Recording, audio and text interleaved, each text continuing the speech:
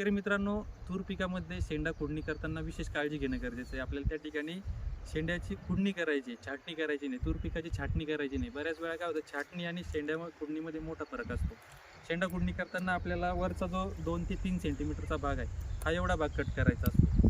बऱ्याच वेळा काय होतं, की शेतकरी मशीनच्या सहाय्यानं काय करतात, तूर पिकाची एकसारखी छाटणी करतात. त्यामध्ये काय होतं, की जर तुम्ही हा एवढी फांदी छाटणीसारखी कट केली, तर त्या ठिकाणी काय होतं, 1, 2, 3, 4, 5, 6, 7 पर्यंत ब्रँचेस जे आहेत त्या ठिकाणी त्या ठिकाणी त्या कट होत आहेत. ज्यावेळेस या फांद्या कट होत आहेत, तर आपला त्या ठिकाणी लॉस होतो. त्यामुळे काय करायचं, की आपल्याला 2 ते 3 सेंटीमीटरचा जो शेंडा आहे तोच कट करायचा आहे. बऱ्याच वेळा शेतकरी काय करतात, की शेंडा खुडणी करताना या चुका करतात. तर आपल्याला शेंडा खुडणी करताना काळजी घ्यायची आहे, की 2 ते 3 सेंटीमीटरचा शेंडा कट करायचा. तुम्ही मशीननं करा किंवा हातानं करा.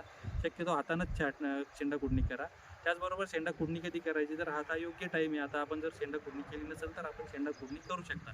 अशा प्रकारे विशेष काळजी घेणं गरजेचं आहे. त्यानंतर आपण प्रायमरी ब्रांचेसच्या सुद्धा शेंडा खुडणी करू शकता नंतरच्या 2 नंबरच्या शेंडा खुडणीमध्ये.